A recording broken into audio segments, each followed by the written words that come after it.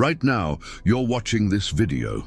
And if someone asked you, how did this video end up on your screen? You'd most likely picture the vast expanse of space, satellites, lasers and cell towers transmitting invisible waves through the air. Sounds logical, doesn't it? But this is the greatest technological illusion of the 21st century. Elon Musk's Starlink and all the world's satellites combined carry less than 1% of global internet traffic, 99% of the entire internet. Your likes, transactions worth billions of dollars, classified government data, and this very video physically lies at the bottom of the ocean. Right now, there are more than 500 undersea cables laid around the world, with a total length of nearly 1.5 million kilometers. That's enough to wrap around the Earth's equator 35 times. But how did they end up there? Who laid them there? And what would happen if one of these cables simply broke? Welcome to the dark side of the internet. The word cable sounds rough. You're probably picturing a huge metal pipe the size of a gas line. In reality, a deep-sea internet cable is no thicker than a regular garden hose, but its inner workings are a masterpiece of engineering. On the outside are several layers of protection: polyethylene, a steel braid to protect against pressure and anchors, an aluminum barrier against water, and a copper tube. But all of that is just armor. The most important part is right at the center: optical fiber, strands of ultra-pure glass, each as thin as a human hair. Information is transmitted here not by electricity, but by light. Lasers at one end of the ocean flash millions of times per second, sending out light pulses. At the other end, photodetectors read them and convert them back into ones and zeros. This technology allows data to be transmitted at speeds exceeding 200 terabits per second over a single cable. To put that in perspective, it's like downloading every movie in the history of cinema in 4K resolution in a single second. But there's a problem. Even in the most ideal glass, light gradually fades. If you shine a laser from New York to London, the light will simply disappear into the glass after a couple hundred kilometers. How do they solve this? Meet optical amplifiers, or repeaters. These are special capsules built into the cable every 70 kilometers. They capture the fading light, amplify it, and send it onward.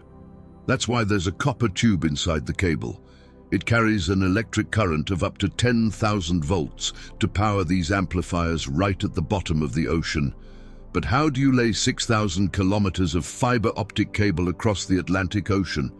For this purpose, there are some of the strangest and most highly specialized ships on the planet, cable-laying vessels. These ships cost hundreds of millions of dollars. Inside them are giant reels onto which the cable is wound for months. Just loading the cable onto the ship at the factory can take 4 weeks of continuous work. When the ship sets sail, it moves at a speed of no more than 10 kilometers per hour. The cable is slowly lowered to the seafloor, but you can't just drop it onto the sand. In shallow waters, where the cable is threatened by fishing nets and ship anchors, underwater plows are used. These are huge robots that are dragged along the seafloor behind the ship. They dig a trench, lay the cable in it, and immediately cover it with sand. When the depth reaches several kilometers, the cable is simply laid on the seafloor. There, in the icy darkness, under pressure strong enough to crush a tank, it faces almost no threat. Almost. You may have seen these images. A few years ago, news spread like wildfire across the internet. Sharks were gnawing on undersea cables and could cut off our communications. Google even had to announce that they'd started reinforcing their cables with Kevlar to protect against bites. But the truth is much more mundane and terrifying. Sharks did occasionally bite old cables because of electromagnetic fields, but over the past 15 years, not a single serious internet outage has been caused by fish. The real enemies are us. About 70% of all damage to undersea internet cables is caused by fishermen. Huge fishing trawlers scrape the seafloor with their nets, or ships drop anchor where they shouldn't and tear out sections of cable. The rest of the outages are caused by natural disasters. Earthquakes on the ocean floor trigger underwater landslides. In 2006, an earthquake near Taiwan severed several main cables at once, leaving nearly all of Asia without reliable internet. And in 2022, the eruption of the Hunga Tonga volcano completely cut off the island nation of Tonga from the rest of the world for nearly a month. No bank transfers, no contact with loved ones, no YouTube. Imagine if that happened to your city. If a cable breaks, repairing it is a task of Hollywood proportions. You can't send a diver down to a depth of 4 kilometers.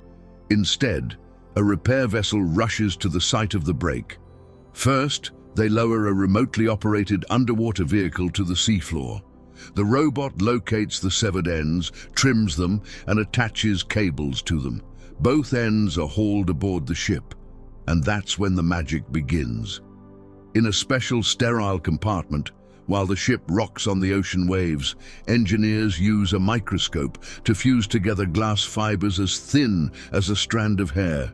A mistake of even a fraction of a millimeter, and the light won't get through. This operation costs millions of dollars and takes days, and sometimes even weeks. That's exactly why countries and corporations lay redundant networks.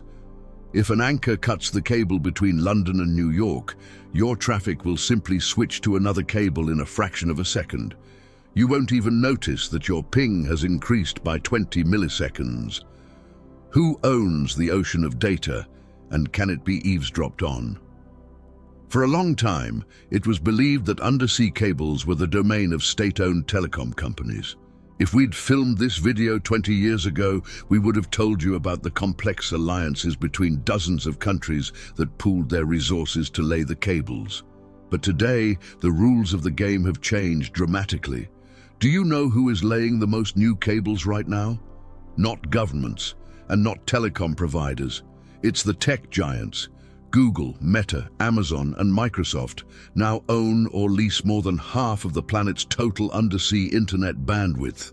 It's no longer profitable for them to depend on intermediaries. These corporations handle such massive volumes of data, flowing every second between their data centers on different continents, that it's easier for them to hire engineers and lay their own cable across the entire Atlantic or Pacific Ocean. But a logical question arises. If 99% of traffic travels over physical cables, is it possible to tap into them and eavesdrop on other people's secrets? The short answer is yes. And this is not a conspiracy theory. During the Cold War, intelligence agencies used submarines to plant recording bugs on copper communication cables on the ocean floor. With the transition to fiber optics, many thought that espionage was a thing of the past. After all, intercepting a beam of light, traveling through glass at tremendous speeds, sounds like science fiction.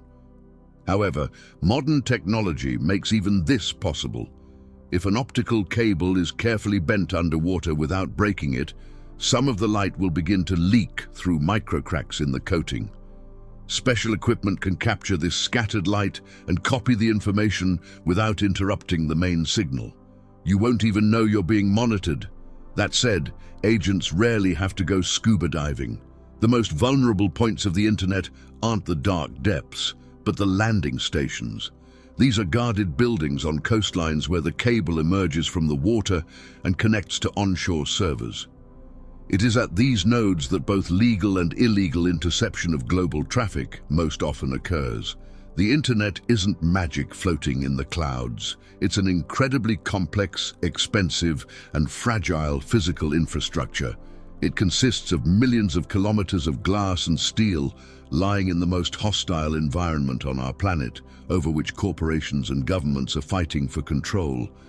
And every time you open a video or send a message, remember, your voice literally dives to the bottom of the ocean, races at the speed of light among whales and ocean trenches, only to end up on the other side of the world in a fraction of a second. If you learned something new today about how our world works, Give this video a like and subscribe to the channel. There are still many technological illusions ahead that we need to debunk. See you in the next video.